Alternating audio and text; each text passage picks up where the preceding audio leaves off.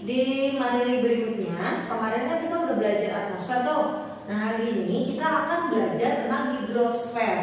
Di atmosfer kemarin kita belajar tentang cuaca dan iklim. Sekarang di hidrosfer kita akan membahas tentang air gitu. Nanti ada sedikit-sedikit review atau mengingat materi dari atmosfernya. Nanti ada yang nyambung di materi hidrosfer ini. Nah, karena hidrosfer itu nanti belajar air, kita tuh yang akan dibahas air apa aja nih gitu. Jadi nanti yang kita bahas itu pengertian udah pasti, terus tentang siklus air, terus ada air darat, sama nanti ada air laut kayak gitu. Tapi di video kali ini yang akan kita bahas itu adalah sampai perairan darat dulu aja, sampai di air tanah dulu gitu. Nanti sampai di sini di air tanah bahasan kita hari ini. Berikutnya tentang sungai, danau, nanti kita bikin video yang terpisah. Oke, langsung aja. Yang pertama kita ke pengertiannya dulu. Nah, pengertiannya hidrosfer. Hidro itu dia dari kata air, asal artinya air, dan sfer atau lapisan kayak gitu. Jadi hidrosfer itu adalah lapisan air yang ada di permukaan bumi. Nah, katanya nih di bumi itu dia terdiri dari 70% air dan 30% daratan. Dan 70% air itu ada yang di laut, di danau, di sungai, di kutub dalam bentuk es gitu. Ada juga yang di dalam tanah dalam bentuk air tanah. Itu air yang ada di bumi kayak gitu. Jadi dari semua air yang ada di bumi 70% tadi sekitar 70% dari si air yang ada di bumi tadi itu ada yang merupakan perairan darat atau merupakan si air daratnya tadi kayak gitu. Jadi sisanya itu lebih banyak yang di air laut kayak gitu. Nah, lanjut. Dari 70% air tadi itu nanti dia jumlahnya akan selalu tetap. Kenapa? Karena air itu melakukan siklus. Nah, siklusnya itu kita kenal dengan siklus air atau siklus hidrologi. Ini gambarnya. Jadi kurang lebih kayak gini. Kayaknya kamu juga udah sering belajar ini kan dari SD, SMP, mungkin udah pernah belajar ini. Tapi kita ingat-ingat lagi. Prosesnya sederhananya gini. Pertama, ada penguapan. Penguapan bisa dari air, bisa dari tumbuhan, atau bisa dari keduanya. Kemudian si uap air tersebut itu akan menjadi lebih padat, membentuk sebuah awan. Awan kemudian dia bergeser, kemudian si awan ini akan menurunkan hujan, kayak gitu. Nah, terus air hujannya kemana? Air hujannya itu ada yang masuk ke dalam tanah, yang kemudian menjadi air tanah. Nah, kemudian dari si air tanah itu dia akan membentuk mata air dan menghasilkan aliran sungai. Dari sungai kemudian jadi danau, rawa, sehingga balik lagi ke laut. Itu tadi si siklus air atau siklus hidrologi. Oke, sampai sini sederhananya siklus air itu gampang ya. Nah, sekarang kita bahas detail satu persatu dari si siklus air tersebut. Oke, kita lihat. Yang pertama dari nomor 1 dulu. Di sini ada 1A, 1B sama 1A tuh. Nah, siklus yang pertama atau proses yang pertama itu adalah penguapan. Penguapan itu nanti dia ada beberapa jenis. Yang pertama itu penguapan dari badan air atau kita kenal dengan evaporasi.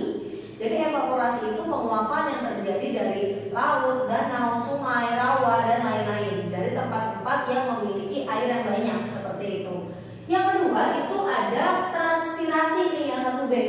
Transpirasi itu adalah penguapan yang terjadi pada tumbuhan seperti itu. Terus yang ketiga itu ada yang namanya evapotranspirasi. Jadi evapotranspirasi dari namanya kan itu gabungan kan antara evaporasi sama transpirasi. Jadi si evapotranspirasi ini sebenarnya adalah jumlah uap air total yang dikeluarkan dari isi lapangan gitu. Jadi dari permukaan bumi penguapannya itu dia seberapa besar, itu dikenal dengan evapotranspirasi seperti itu. Itu tadi pertama penguapan. Yang kedua itu adalah pembentukan awan atau kita kenal dengan kondensasi. Jadi uap air itu naik ke atmosfer sampai ketinggian tertentu. Ketika atmosfer itu menjadi lebih dingin, maka si titik-titik uap air tadi berubah menjadi cairan dan menggumpal-gumpal dalam bentuk awan seperti itu. Nah, terus yang ketiga, awannya itu bergeser. Lihat dari nomor 2 ke nomor 4 awannya itu mengalami perpindahan. Dia dibantu siapa kira-kira? Ya, nanti dia itu akan dibantu oleh angin. Atau prosesnya kita kenal dengan advent horizontal kayak gitu. Nah, terus dari nomor 2 ke nomor 4 kan awan ini bergerak horizontal nih.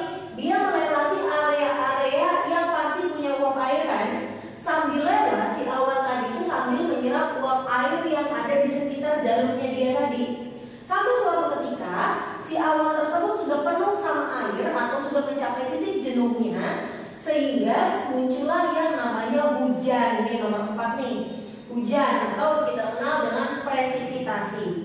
Nah, kalau kita yang ada di wilayah tropis, hujan itu kan biasanya hujan dalam bentuk air kan, atau sesekali ketika musim pancaroba itu terjadi hujan es. Nah, terus gimana proses terbentuknya kalau hujannya itu dia berupa salju? Jadi gini, hujan itu kan dia berasal dari uap air nih. Ketika uap air itu nanti mengalami pembekuan, jadi si uap air tadi belum berubah jadi cairan tapi udah membeku duluan, itu nanti dia akan turun sebagai salju. Kayak gitu, itu yang biasa terjadi di wilayah-wilayah yang punya 4 musim gitu. Nah, terus yang kedua, tadi ketika uap air berubah menjadi cairan, cairannya makin gede, lama-kelamaan si cairannya itu berat dan turun. Itu terbentuklah si air hujan gitu. Jadi hujan itu dalam bentuk cairan. Tapi ketika uap air ini udah berubah menjadi cair dan kemudian dia membeku, maka muncullah yang namanya hujan es. Jadi itu perbedaan gimana terjadinya hujan air, salju, sama es. Oke, sampai sini paham ya? Nah, lanjut. Tadi hujannya udah turun. Kalau dia itu turun dalam bentuk salju atau dalam bentuk es, berarti ada fase di mana si es atau si salju tadi dia mengalami proses pencairan dulu atau namanya glasiasi. Kayak gitu. Di sini tandanya nomor 5 nih. Jadi mencair dulu si batu esnya sama si saljunya kayak gitu. Kemudian setelah mencair, si air tadi nih, air bekas cairannya dia akan masuk ke dalam tanah atau kita kenal dengan infiltrasi. Jadi infiltrasi itu proses masuknya air tadi ke dalam tanah. Kemudian air yang dari dalam tanah dia mengalir di bawah permukaan tanah. Kita kenal dengan perkolasi namanya. Yang nomor 7, perkolasi. Kayak gitu. Nah, terus ini nomor 8. Nomor 8 nih, kan gak semua air itu masuk ke dalam tanah kan? Pasti ada air itu yang mengalir di atas permukaan tanah. Kayak ketika hujan kan ada aliran permukaan tuh. Itu dikenal dengan istilah surface runoff atau aliran permukaan. Oke, nomor 8.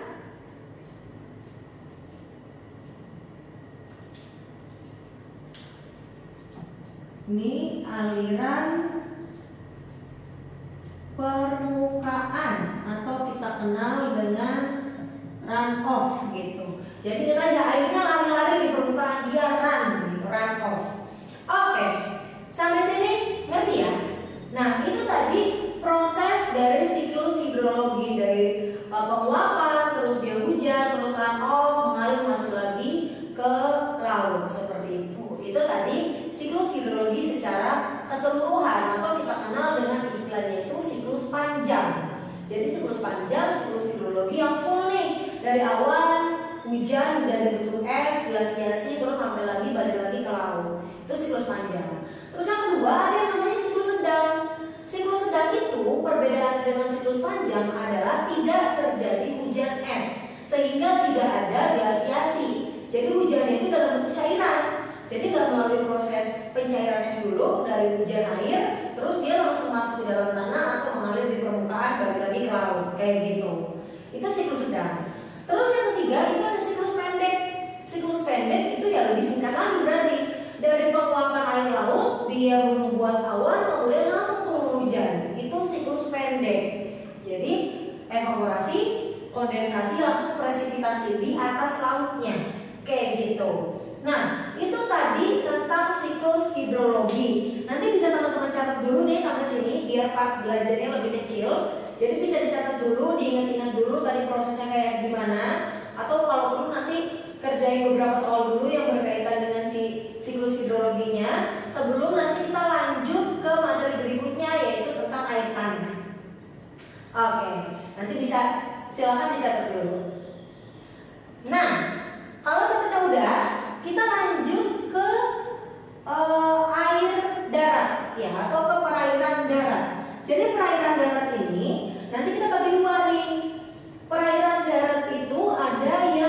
di bawah tanah, nanti ada yang di atas tanah. Oke, kalau yang di bawah tanah kita kenalnya dia itu ya dengan air tanah. Terus kalau yang di bawah, yang di atas tanah itu nanti dia ada sungai, terus ada danau, terus lagi ada rawa itu. Nah, terus di yang pertama kita bahas itu tentang air bawah tanah dulu atau tentang air tanah seperti itu. Nah, sebelah sini ini adalah penampang melintang dari si air tanah. Sebelum ke penampang melintangnya dulu, kita tahu dulu air tanah itu apa sih gitu. Jadi air tanah itu adalah air yang berada di bawah permukaan tanah gitu. Jadi untuk apa air tanah? Kita kalau misalkan kalian nyalain keran gitu, kalau misalkan pakai apa tuh pipa pompa air yang nyedot air dari dalam tanah, yaitu berarti air tanah yang digunakan seperti itu. Atau lagi kayak misalkan apartemen, hotel, terus kayak gedung-gedung tinggi, itu juga dia menggunakan air tanah sebagai sumber airnya kayak gitu. Nah, tapi nanti jenis air tanah yang digunakan antara hotel terus sama apartemen sama gedung-gedung besar dan yang digunakan sama masyarakat biasa, masyarakat perumahan itu berbeda nanti jenisnya. Bedanya gimana? Nanti kita langsung bahas di air tanah. Oke, ya. Di sini ada penampang melintang air tanah. Jadi bagian atas ini nih, yang bagian sini, ini adalah area yang dapat menyerap air atau kita kenal dengan istilah wilayah permeabel, lapisan yang permeabel, dia dapat menyerap air. Kemudian yang garis merah ini adalah lapisan impermeabel, garisnya ya. Garis yang merah ini adalah lapisan impermeabel, artinya lapisan yang tidak bisa ditembus oleh air gitu. Di antara dua lapisan impermeabel ini, di sini ada satu kolom air tanah lagi gitu. Jadi di atas ini nanti ada air tanah, di bawah sini juga ada air tanah, tapi dipisahkan sama lapisan impermeabel. Sampai sini paham ya? Nah, kita bahas satu-satu. Yang pertama itu adalah air tanah yang bagian atas dulu nih. Aku kasih kode 1. Yang ini kita sebut dengan air tanah dangkal atau kita sebut dengan air freatic free. Freatic free. Kenapa dia disebutnya itu free? Karena si air tanah freatic ini atau air tanah bebas ini adalah air tanah yang tidak ditekan oleh lapisan impermeabel. Jadi kan dia cuma bawahnya doang nih yang lapisan tidak bisa menyerap air, atasnya bebas, tidak ditekan sama lapisan yang kedap air atau lapisan yang nggak bisa menyerap air gitu. Makanya disebut air tanah freatik, air tanah bebas. Kemudian dia disebut air tanah dangkal karena posisinya emang dangkal. Ini yang biasanya digunakan oleh masyarakat pada umumnya. Jadi perumahan biasa itu biasanya pakai air tanah dangkal kayak gitu. Nah, gimana caranya air tanah dangkal ini terbentuk? Ini ada hubungannya dengan pepohonan atau ada hubungannya dengan hutan kayak gitu. Nah, bayangin gini, keadaan pertama itu adalah ketika wilayah ini nih, wilayah air tanah ini dia nggak punya pepohonan gitu. Jadi ketika si air hujan itu turun, karena dia nggak ada pohon, artinya nggak ada yang menyerap air hujan itu biar masuk ke dalam tanah. Sehingga air hujan yang masuk ke dalam tanah itu jumlahnya sedikit. Lebih banyak dia yang mengalir di permukaan tanahnya. Karena yang masuk sedikit, akibatnya air tanah yang terbentuk juga akan sedikit. Gitu, aku kasih garis yang putus-putus ini. Jadi, anggaplah ini sumur nih, kalau misalkan kalian nanti bikin sumur, jadi air tanahnya itu akan, atau si sumurnya, sumber air itu dalam gitu. Karena si air tanah yang masuk ketika nggak ada pohon tadi itu lebih sedikit. Oke? Jadi kandungan atau kadar air tanah di bawah ini dia juga sedikit jumlahnya kayak gitu. Sampai sini bisa ya? Nah, kemudian kita bandingkan. Ketika di atas permukaan tanah ini banyak pepohonan. Di sini banyak pohonnya nih. Nah, si pohon-pohon ini dia punya akar.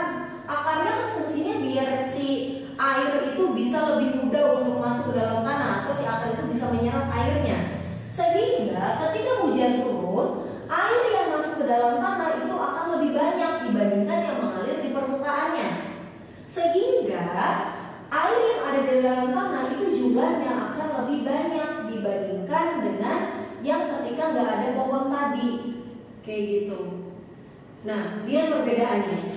Gitu. Jadi ketinggian air tanahnya akan berbeda ketika wilayah itu berpohon dan wilayah itu nggak berpohon. Kayak gitu. Jadi ketika wilayahnya itu nggak berpohon, jumlah air tanahnya lebih sedikit. Ketika musim kemarau bisa potensi terjadinya kekeringan.